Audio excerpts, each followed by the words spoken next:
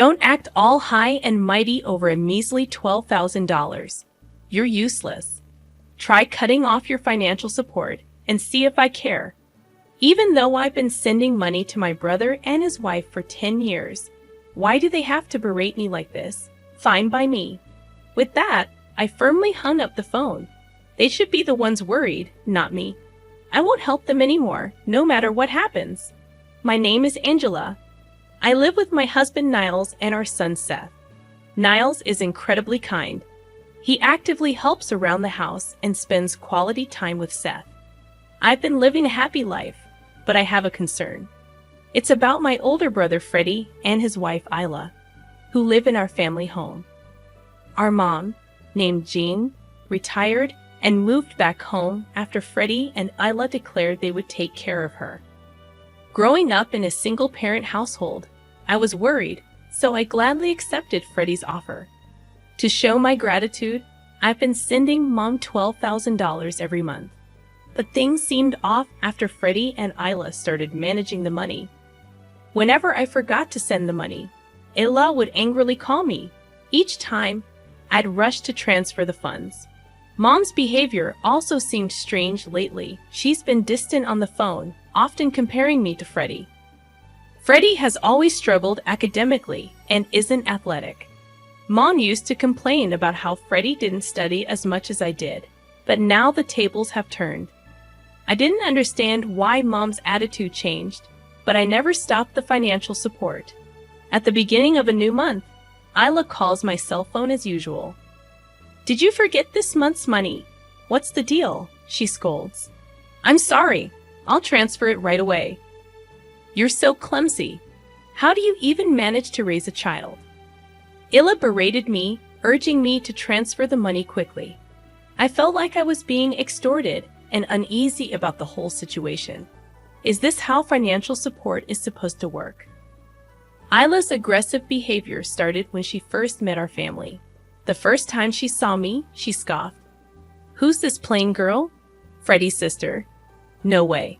I was taken aback. I never expected such a comment from someone I just met. Mom defended me, and I remember that clearly. Isla's attire was a miniskirt and a flashy leopard print jacket.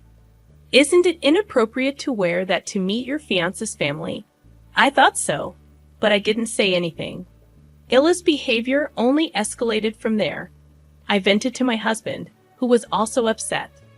I found solace, but the idea of having her as family was disconcerting. However, Freddie wasn't the most sensible person either, so I assumed I'd get used to it. Their behavior worsened after moving into the family home. I wondered if Mom was okay living with them, but with work and raising Seth, I couldn't visit Mom and was left in the dark about the details of her well-being. Amidst our busy lives, Mom suddenly called at the end of the month as usual. I had just dropped my son off at the child care center and was about to head to work when I received a phone call from her. "What's wrong?" I asked, but Mom sounded furious. When I asked her to explain, she said something outrageous. "Where's this month's money?" I was shocked. I had already sent the money at the beginning of the month. I told her I transferred it to Freddie's account, but she angrily claimed she hadn't received it. Surprised, I asked her to check again, but she wouldn't listen. "You've become so irresponsible after all I did to raise you. Right now, you're sending less money. You're so ungrateful." I did send the $12,000. Enough excuses. Send the $12,000 now. If I don't get it next month, I'll cut ties with you. Learn from Freddie. He always sends $500 on time. Why am I expected to send $1.02 to 000 when Freddie only sends $500? Angry, I yelled back that I did send the money and hung up. It might have been a bit childish, but I wanted to be clear about the money. If Mom's going to unfairly scold me again next month, I need to check in with my brother. There's a chance his wife is up to something. Determined, I headed to work, my footsteps echoing with frustration. The next month, as usual, I got a call from my sister-in-law. "Did you forget this month? I always tell you to transfer at the beginning of the month, don't I?" I asked her about Mom's behavior last month, to which she responded, "Oh, she might have been a bit upset. But I leave everything about Mom to Freddie. If you're concerned, ask him. More importantly, make sure you transfer the $1.02 to 000. Got it? She hung up without waiting for an answer. Taking her advice, I decided to contact my brother. "Hey, I wanted to talk about Mom," I said. He responded with annoyance. "What now?" I told him about the angry call from Mom last month and how she was upset about not receiving the money. To my shock, he said, "We're struggling too. Since moving back home, we decided to give Mom $500 from your $12,000 and $500 from my salary. We used the rest this month. We had some extra expenses, so we used all of your $1.02 to 000. I was stunned. I couldn't fathom that my money was being used by my brother instead of Mom.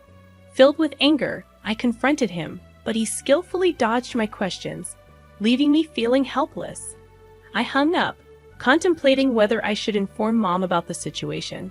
Calling her, I relayed everything my brother had said, but she refused to listen. "You're just making excuses. You probably didn't send the money this month either.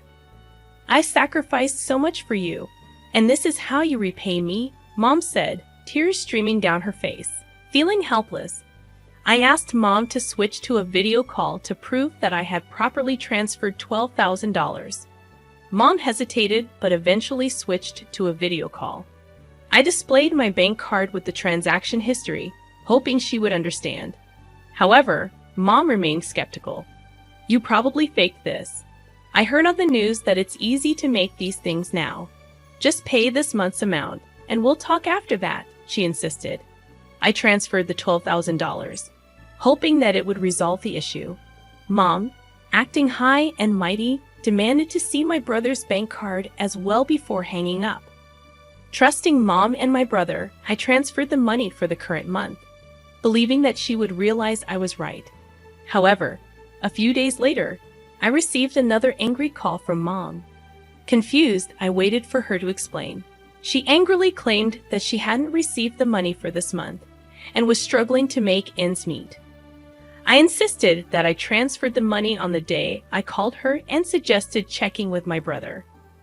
When I called my brother, he responded gruffly, claiming that Isla had the bank card, and it was none of my business how they used the money. Frustrated, I contacted my sister-in-law, who nervously laughed and admitted, "Oops, got caught. I saw the transfer from you and immediately withdrew the $12,000 to buy a designer bag. I plan to repay it soon, but I work part-time and haven't received my paycheck yet." I was incredulous. That money was intended for Mom, not for their leisure. Angrily, I demanded she return the $12,000. However, my sister-in-law snapped back, "Don't act all high and mighty over just $1.02 to 000. You're useless. You're a full-time worker. You must have more money. Just transfer another $1.02 to 000. I was furious. I couldn't believe my money was being used like this. That weekend, I went straight to my parents' house, and my brother and sister-in-law seemed surprised by my sudden visit. Mom welcomed me in, asking if I brought the money. I stated that I had transferred the money and wanted to confirm it, intending to see my brother's bank card.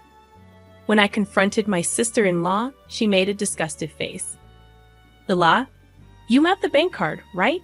Show it to me." "Why should I show it to you?" "Because I transferred $12,000 to my brother's account," I insisted. However, she refused to show me. "You said you'd return it, right? You've received your paycheck by now, haven't you?" When I glared at her, she tried to dodge the question. "You're trying to blame me for not transferring, aren't you? I've transferred it properly." As we argued, Mom shouted in anger, "Angela, enough. I thought you brought the money. Lila would never misuse it." She pushed me towards the door. "If you came here for that, then go home. You're no longer my daughter." In my anger, I retorted, "Fine, I'll stop sending money. You might not know, but my brother and his wife aren't as good as you think. They told me they only give you $500 out of the $1.02 to 000 I send. They're deceiving you." "You're lying. Then I won't send money anymore," I declared. My brother sneered. Go ahead and stop. If you do, we're done. Gladly, I left my family home with those words. I'm done. I won't help them anymore, no matter what happens. When I told my husband about what happened at my family home, he comforted me, saying, Angela, you've been sending $12,000 for 10 years. It's okay to stop. Don't worry about it. Plus, your brother and his wife are there, right? They'll manage somehow. You're right. I'm sorry it came to this. It's okay. It's not your fault. Besides, sending money is a gesture of goodwill, right? Everyone's an adult. If they wanted to, they could get full-time jobs. You don't need to worry about them. Hearing that from my husband, I felt reassured. Right. Sending money is a matter of goodwill. My brother is an adult and has ways to earn money. I don't need to support my brother and mom's life, nor should I be forced to. I guess I've always felt obligated because I've been cleaning up after my brother and mom's mistakes for so long. I've always wondered why you had to take care of your family and brother. It seemed strange, but I thought you were okay with it. Then it was fine. But now your family is me and Seth, right? You can help your family and brother if something happens. But you don't need to guarantee their livelihood every month. Hearing that from my husband felt like a weight had been lifted off my shoulders. Then, in the middle of the next month, my mobile phone rang incessantly. It was my brother and his wife. I had planned to sever ties with them, so I was curious about the call. Hello? Why didn't you send money this month? I told you I'd stop. Besides, you don't need it. You have each other, huh? Are you sure about that? We're done. I have nothing to do with you anymore, I said, hanging up. That evening, my sister-in-law was waiting outside my house when I returned from work, holding my son's hand. I was taken aback as she approached me aggressively, berating me in the hallway of my condo. Do you think you can get away with this? What do you mean? We've cut ties. Don't come here again. Hearing that, she stomped her foot in anger, yelling and cursing.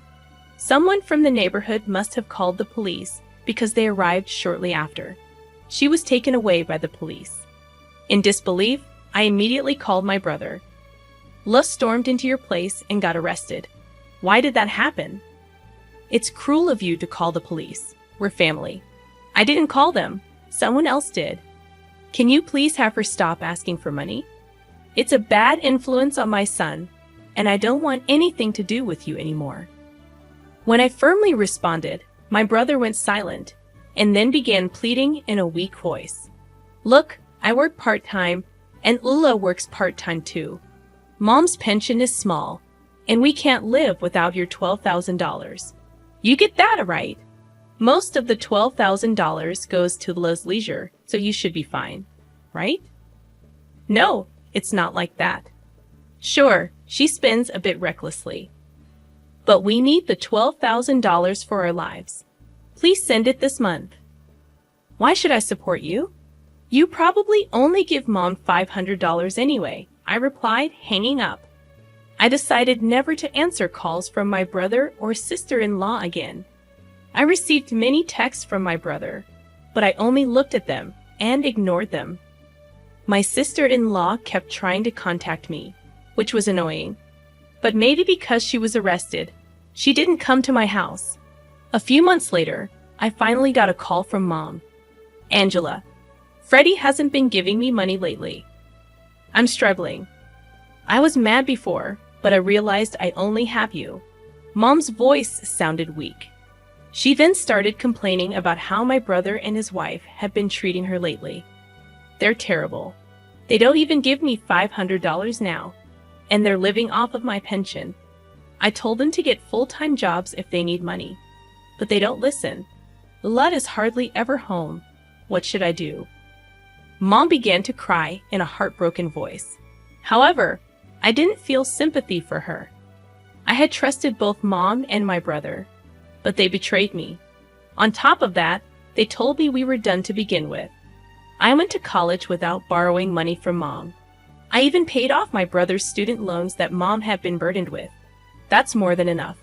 Mom, if you don't want your pension taken by them, why not kick them out of the house? They're adults. They can manage on their own. I gave that piece of advice and ended the call with Mom. She seemed to want to say more, but I had made up my mind not to get involved. They can figure things out on their own. I have my own challenges to deal with. In the end, it seems Mom kicked out my brother and his wife because of their terrible attitude. Having been evicted, they apparently moved into an old apartment. Since that incident, Mom hasn't been very involved in my life, perhaps feeling awkward. Once my brother called, he kept trying to contact me, and when I answered, he said they were in debt because of his wife's excessive spending. He asked for help, but I ignored him. I no longer see Mom, but I live happily with my son and husband.